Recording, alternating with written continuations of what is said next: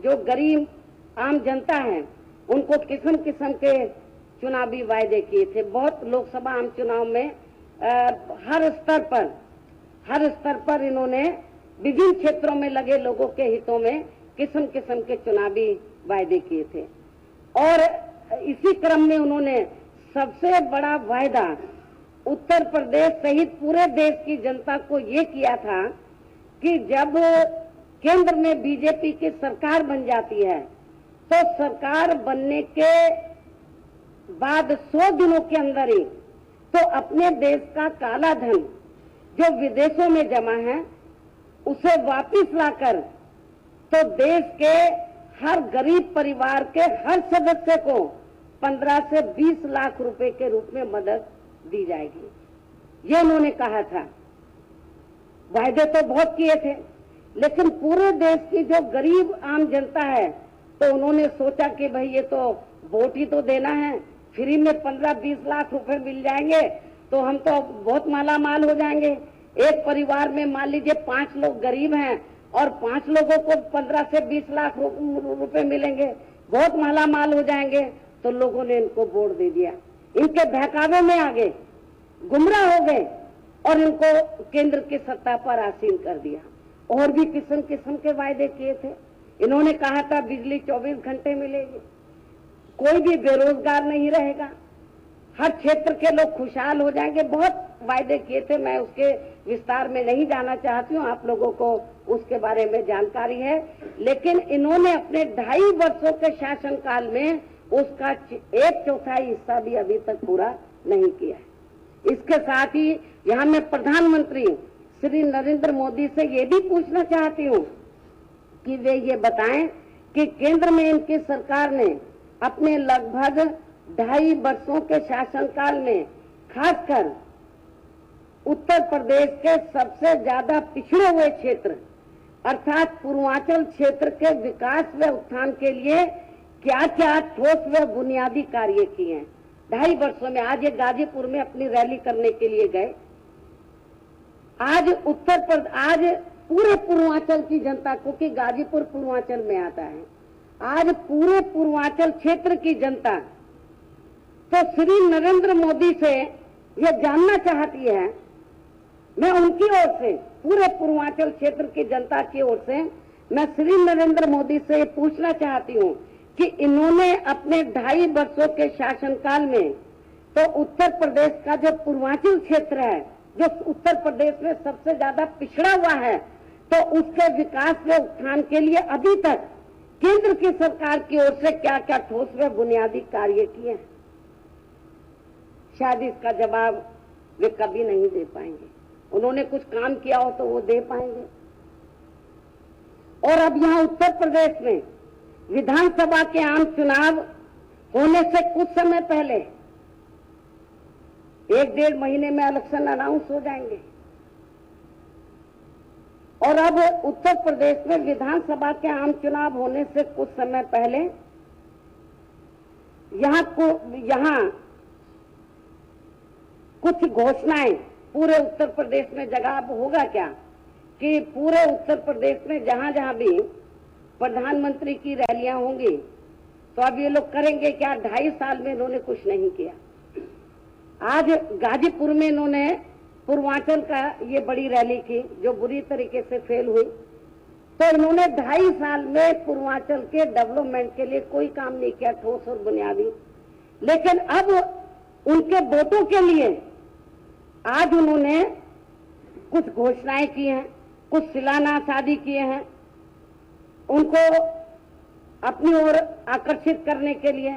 और अब मुझे ऐसा लग रहा है कि जहां जहां भी बीजेपी के अब ये प्रोग्राम हो गए, 2.5 साल में कुछ किया नहीं है, और अब ये 1-1.5 महीने में प्रधानमंत्री श्री नरेंद्र मोदी बिहार प्रदेश के पैटर्न पर चलकर, जो उन्होंने बिहार में किया असेंबली के चुनाव होने से पहले, उसी पैटर्न पर चलकर अब ये उत्तर प्रदेश में भी, तो यहाँ उत्तर प्रदेश की जनता को क्यों से हिसाब मांग रही है 2.5 साल का उत्तर प्रदेश की जनता कि 2.5 साल में आपने जो लोकसभा के आम चुनाव में चुनावी वायदे किए थे उसका हिसाब दो। अब इन्होंने कुछ काम किया नहीं, तो अब बिहार प्रदेश की तरह ही तो अब उत्तर प्रदेश में जब चुनाव के लिए बहुत कम समय रह गया है, तो चुनाव होने से पहले तो अब ये बीजेपी के जितने भी राष्ट्रीय नेता हैं या केंद्रीय मंत्री हैं, प्रधानमंत्री श्री नरेंद्र मोदी, अब होगा क्या कि जगह जगह भी इनके पास कुछ बचा तो है नहीं विचारों के पास। अब ये करेंगे क्या कि जगह जगह जाएंगे और अब किस्म किस्म के शिलान्यास करेंगे विभिन्न मुद्दों को लेकर, या विभिन्न मंत्रालयों से संबंधित शिलान्यास करेंगे, घोषणाएं करेंगे। अब वो एक छोटी सी रेल है, थोड़े से एरिया के लिए रेल को हरी झंडी वो दिखाई है, वो तो रेलवे मंत्री भी दिखा सकता है, उसको प्रधानमंत्री दिखा रहे हैं और वो अब शिलान्यास कर रहे हैं। अब उनको वो मेडिकल क्षेत्र में या हेल्थ के क्षेत्र में 2.5 साल तक कुछ याद नहीं आया, पूर्वांचल का अब याद आ रहा है। फिर बोलते हमने किसानों के लिए बहुत कुछ किया। अभी कुछ महीने पहले गोरखपुर में खाद का कारखाना जो वर्षों से बंद पड़ा था, तो लगभग 2 साल तक ये कुंभकर्ण की नींद की तरह सोते रहे। जब चुनाव के लिए अब कुछ ही समय कुछ महीने बचे, तो वहां जाकर कोई खाद का कारखाना भी शुरू नहीं किया है, केवल अभी उसका शिलान्यास किया है, केवल उसका अभी शिलान्यास किया है। शुरू कब होगा ये तो मैं नहीं कह सकती, मुझे नहीं लगता कि ये शुरू होने वाला है ये चुनाव के दौरान। तो इसलिए अब अपने 2.5 वर्षों में इन्होंने कुछ नहीं किया, तो जनता का ध्यान डाइवर्ट करने के लिए अब ये लोग कर क्या रहे हैं अपनी रैलियों में। अब इनके पास कुछ भी नहीं है। मैं तो ये चाहती हूँ, हमारी पार्टी ये चाहती है कि प्रधानमंत्री श्री नरेंद्र मोदी 2.5 साल के अंदर उन्होंने उत्तर प्रदेश की जनता के लिए क्या किया, उनके डेवलपमेंट के लिए, उनके विकास के लिए क्या किया, वो उसका हिसाब देना चाहिए। लेकिन वो हिसाब देने की बजाय अब वो हवाई खोखली घोषणाएं कर रहे हैं, शिलान्यास आदि कर रहे हैं। लेकिन मुझे पूरा भरोसा है पूर्वांचल ही नहीं बल्कि पूरे उत्तर प्रदेश की जनता भी इनके बहकावे में आसानी से आने वाली नहीं है। अर्थात सही मायने में ये जो पूर्वांचल के लोगों के सामने जो इन्होंने उनके डेवलपमेंट के बारे में, उनके उत्थान के बारे में कुछ ठोस बातें करने की बजाय वो इधर उधर की बातें करते रहे। पूर्वांचल के लोग क्या चाहते हैं? पूर्वांचल के लोगों की लंबे अरसे से ये डिमांड रही है, बहुत पिछड़ा हुआ क्षेत्र है, कि उनका अपना अलग से स्टेट बनना चाहिए और ये काम तो सेंट्रल गवर्नमेंट को करना है। तो आप सुन रहे थे बसपा सुप्रीमो मायावती, जो लगातार प्रधानमंत्री नरेंद्र मोदी के फैसलों पर काले धन के ऊपर जो सर्जिकल स्ट्राइक प्रधानमंत्री ने किया, 500 और 1000 के नोट बंद कर दिए, उसके ऊपर निशाने साध रही थी, जुबानी हमले कर रही थी। उनका कहना था कि बीजेपी या फिर केंद्र सरकार ने 2014 में जो चुनी गई उसने कोई भी ऐसा काम नहीं किया जो उत्तर प्रदेश के चुनावों के वक्त जिसका बखान कर सके, और उसी को लेकर अब जगह जगह जाकर प्रधानमंत्री शिलान्यास कर रहे हैं, बड़े बड़े वादे कर रहे हैं, बड़े बड़े जुबानी बातें कर रहे हैं, लेकिन विकास के पथ पर कुछ भी ऐसा नहीं किया गया। सिर्फ काले धन के ऊपर रोक लगाने के तौर पर जो 1000 और 500 के नोट बंद किए गए, इससे आम लोगों को परेशानियां हुई हैं।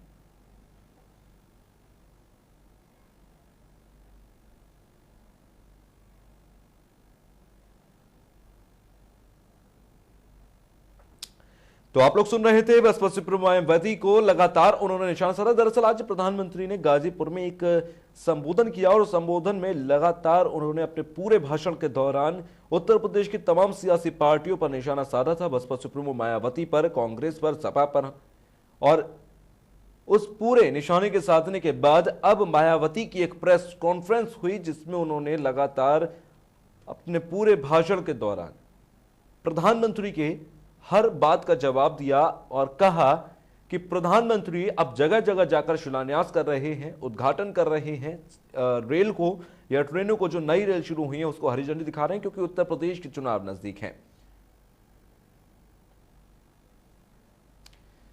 500 और 1000 के नोट बंद होने को लेकर भी इस वक्त देश में एक अफरा तफरी का माहौल, एक कियोस, एक पैनिक स्थिति है और उसका कहीं ना कहीं दूसरी पार्टियां फायदा उठा रही है। और मायावती ने दरअसल आपको याद दिलाया तो 500 और 1000 रुपए के नोट बंद होने के बाद मायावती ने सबसे पहले उसका विरोध जताया था और कहा था कि ये पूरा जो काला धन के ऊपर रोक लगाने को तौर पर किया गया, ये थोड़ा समय बाद किया जाना चाहिए। तो उस पर तमाम देश की राजनीति यही थी कि मायावती को काले धन सबसे ज्यादा मायावती के पास है, इसलिए वो उत्तर प्रदेश के चुनाव को लेकर इस बात को कह रहे हैं और तमाम इस तरीके की प्रतिक्रियाएं सामने आई थी। फिलहाल काले धन को लेकर, तमाम योजनाओं को लेकर केंद्र सरकार पर आज मायावती ने एक प्रेस कॉन्फ्रेंस करके निशाना साधा है।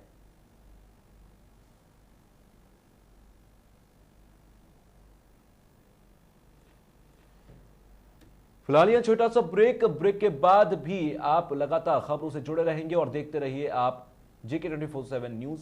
आओ बदले हम।